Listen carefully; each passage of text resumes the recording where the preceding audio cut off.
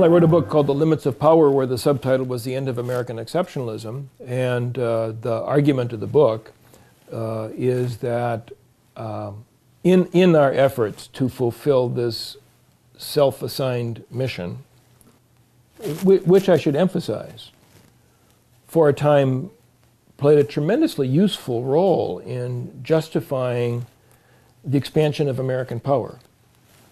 You know, when we invaded Mexico to take California, we did so by insisting that it was our manifest destiny to control the West, and that in taking control of the West, we were spreading freedom. So American exceptionalism for a period of time played a tremendously important role as a justification and motive force in helping the United States rise to the level of being a great power, in which the American people enjoyed very substantial material abundance, and therefore the American people were able to pursue their own experiment in what freedom ought to look like. But my argument is that by the time you get past the 1960s,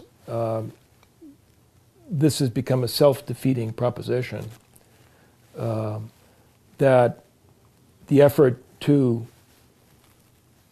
spread the American way of life rather than enhancing American freedom and abundance was actually squandering American power and compromising American freedom. And my argument is in the book is that the sooner we wake up to that fact, the better. Before we bankrupt ourselves, before we engage in further unnecessary wars.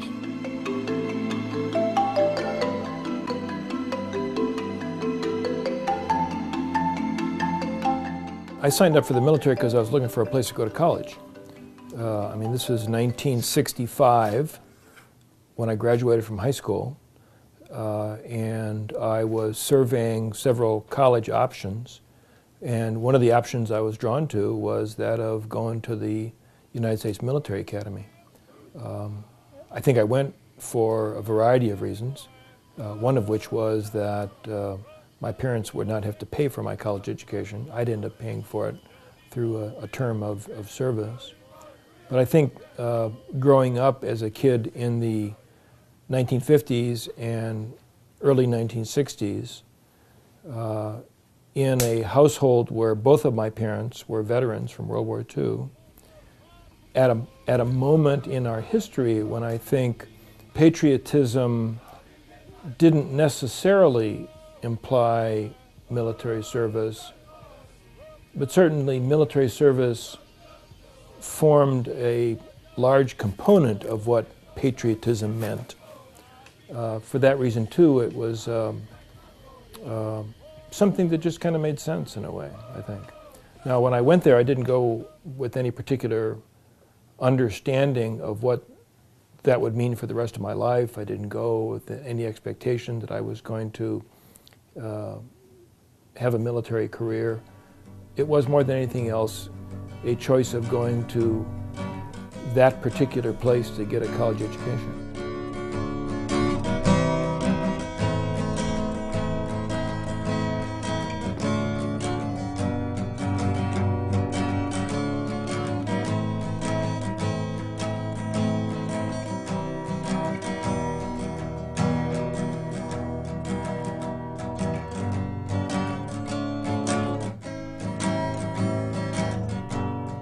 When President Nixon ended the draft, he severed the connection between citizenship and military service.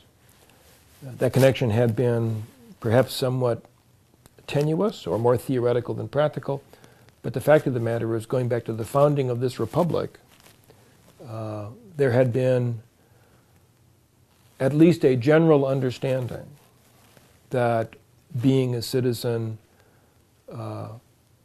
included some kind of responsibility to contribute to the defense of the republic when it was threatened. In the end of the draft after Vietnam demolished that notion once and for all. It created a gap between the American military and American society. I think there's increasing awareness of that gap. There was a time when people didn't much care because it appeared that this military set apart from society was a remarkably effective institution. By having those people choose to serve, it removed any responsibility from my shoulders to serve. And a lot of Americans like that. I think what Americans have discovered in the last few years is that it's no longer our army, it's Washington's army, it's President Bush's army, it's President Obama's army, and we don't have much say over what they decide they want the army to do. And that realization, I think, makes many of us uncomfortable.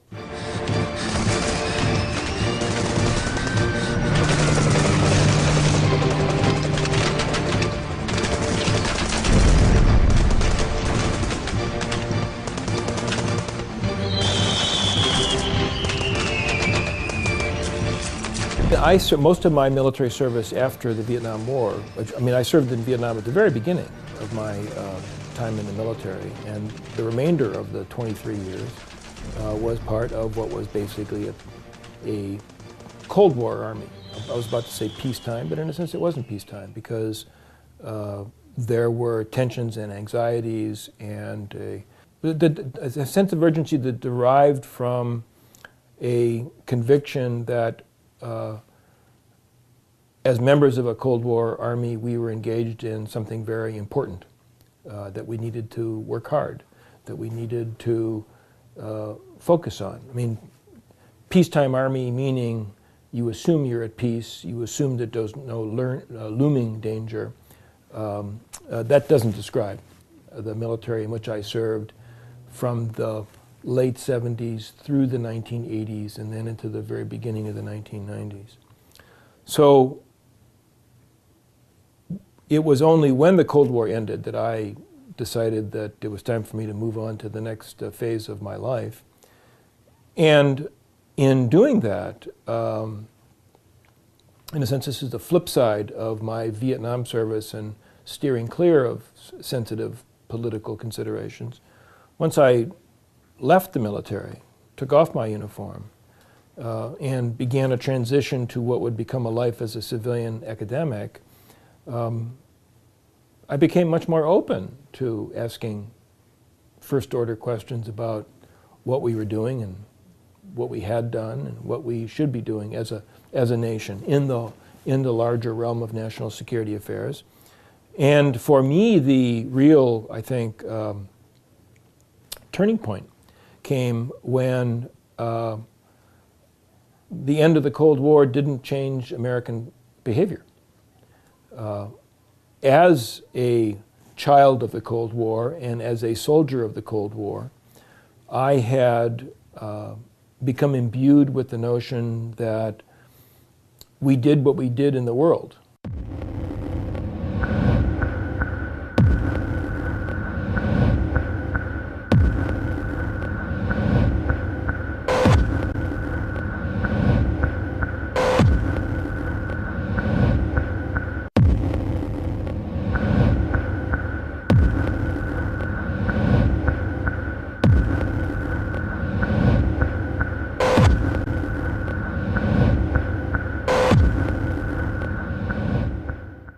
I had absorbed the notion that we did what we did in the world because of threats in the world. And with the end of the Cold War, the principal threat disappeared, and yet we kept doing that. We kept doing all those things. We kept having huge defense expenditures. We maintained our empire of bases, as Chalmers Johnson called it. We continued to intervene, and that led me to the conclusion that we don't do what we do in the world because of things out there. We do what we do in the world because of things back here, because of the perceived needs of our economy, because of a perception of a special mission or calling or prerogatives, because of our own paranoia, of a variety of things. But the real point is the engine of U.S. policy is domestic, not foreign.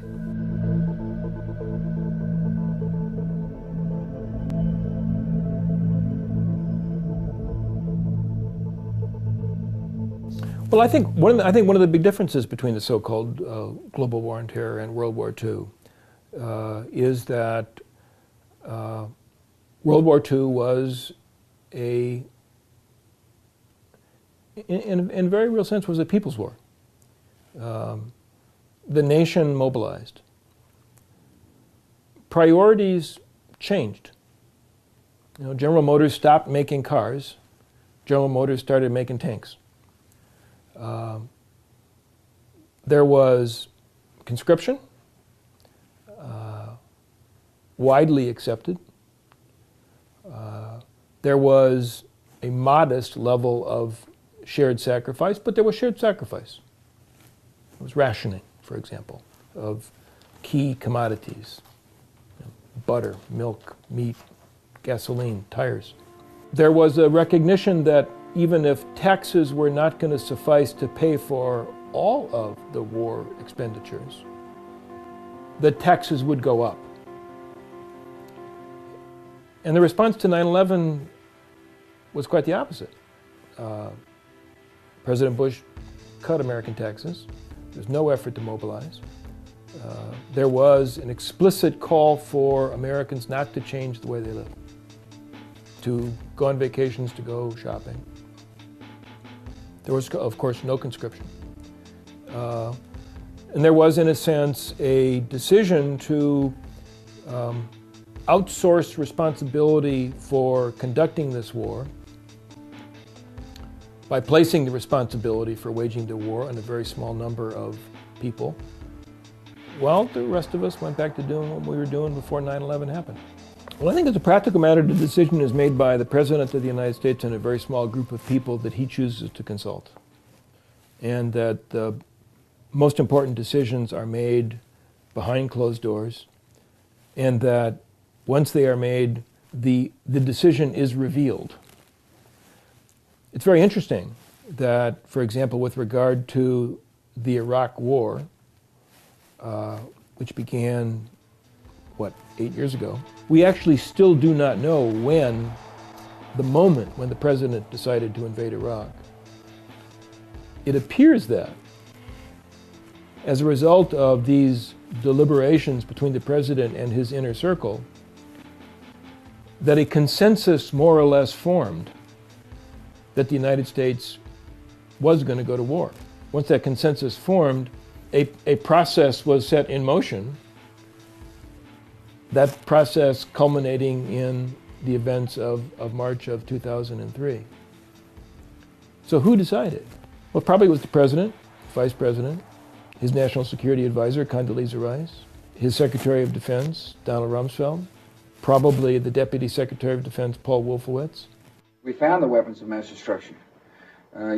We found biological laboratories. Everybody knows that Iraq had weapons. Who will tell us where to go find it? You're not going to find it simply in a house-to-house search. You're going to find it when people start to talk to you. It is not like a treasure hunt where you just run around looking everywhere hoping you find something. I just don't think that's going to happen. The inspectors didn't find anything, and I doubt that we will. Are people going to find out the truth? And the truth will say that this intelligence was good intelligence, no doubt in my mind. What we will do is find the people who will tell us. There are a lot of people who lie and get away with it. and that's just a fact. He has not developed any significant capability with respect to weapons of mass destruction. He is unable to project conventional power against his neighbors. We are able to keep arms from him. His military. And my bet is that the opinions that really mattered probably were the opinions expressed by that group of people with maybe 2 or 3 or 4 or a half a dozen others. And that everything else was just theater. You know, the pretense that the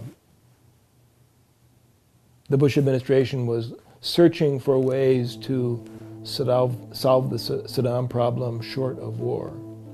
You know, the notion that the administration was reluctant to go to war, was looking for a way to avoid this terrible thing. That was all for show. They had decided, and frankly, nothing, I think, apart from Saddam Hussein keeling over, having a heart attack, and his sons declaring themselves to be Jeffersonian Democrats, nothing was going to dissuade them from doing what they had decided to do. Well, to the extent that today we no longer call the war the global war on terror, but the enterprise that George W. Bush dubbed the war on terror continues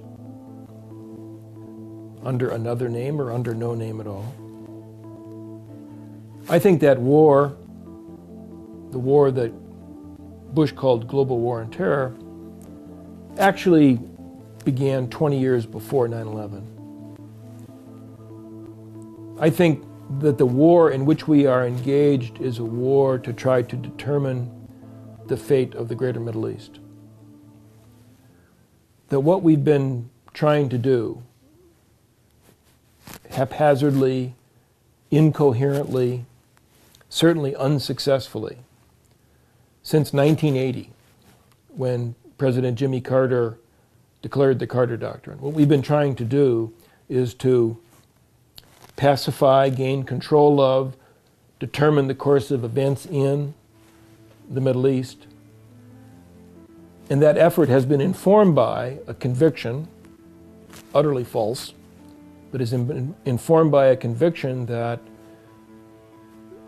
through the adroit use of American military power, we can make that part of the world come out the way we want it to come out. That's the project in which we are engaged.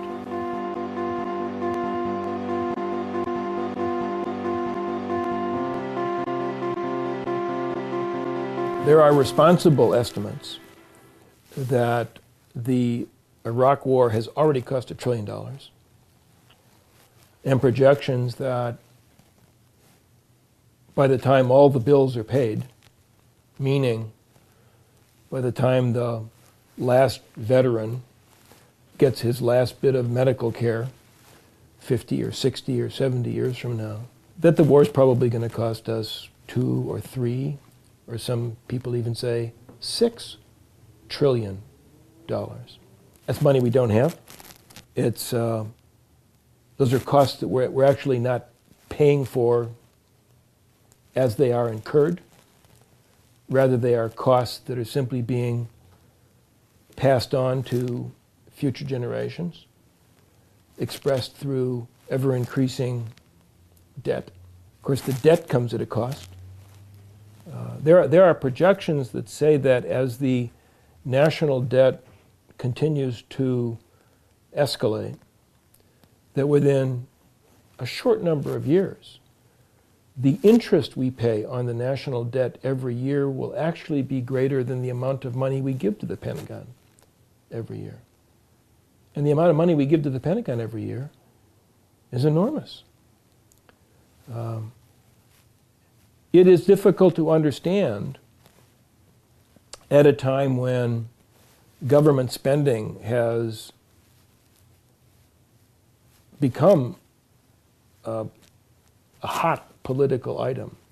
It's difficult to understand why excessive and unnecessary military spending doesn't get more attention than it does. I think the answer, actually, maybe it's not difficult to understand. The answer is that politicians are cowardly and don't have the guts to identify excess military spending as a rather obvious place to begin to attack the deficit.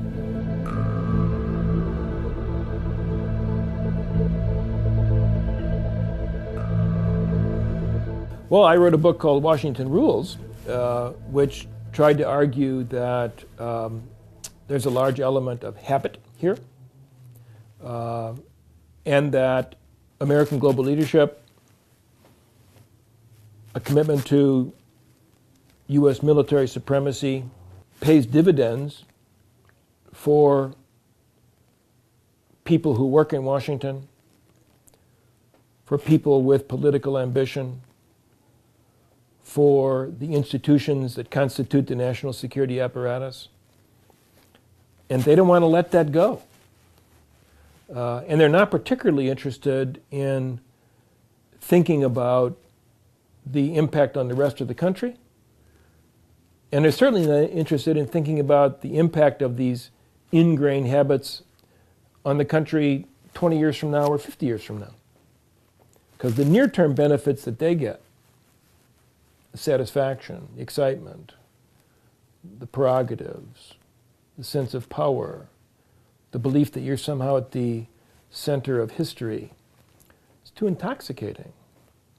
I think that that critical opinions, the arguments for greater restraint on the part of the United States, the arguments for a lower profile, global profile, the arguments for the United States learning to live within its means, the arguments to try to redress the imbalance between what we're trying to do and the resources available.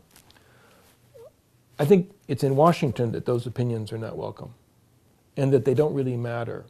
I, Barack Hussein Obama. I, George Walker Bush. I, William Jefferson Clinton. I, George Herbert Walker Bush. Do solemnly swear That I will faithfully execute the office of President of the United States. And will, to the best of my ability, Preserve, protect, and defend the Constitution of the United States. so help me God. Congratulations, Mr. President.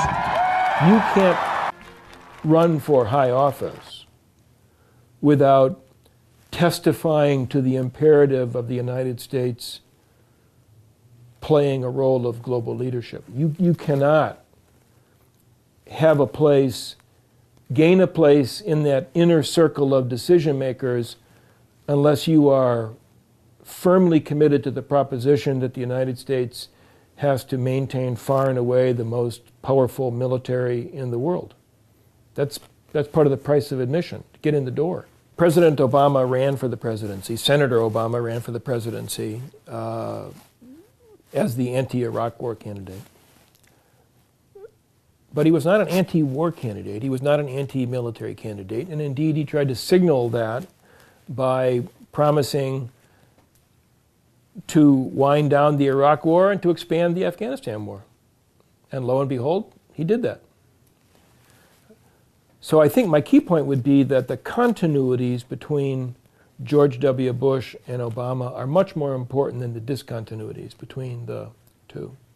A big difference, however, is that President Bush did have an idea for how this global war on terror was going to, for the outcome that he intended to achieve. It was a crazy idea. It was a lunatic idea. But he really believed that the invasion of Iraq was going to trigger some vast process of transformation that ultimately would lead to fundamental political change throughout the region that would eliminate the conditions giving rise to the kind of violent radicalism of bin Laden and al-Qaeda. I don't think that President Obama has any idea of a larger outcome to be achieved as a consequence of the military exertions that are occurring on his watch. There no longer is an overarching strategy. Bush had a strategy. It was deeply defective. Obama doesn't have a strategy at all. And that's the difference between the two.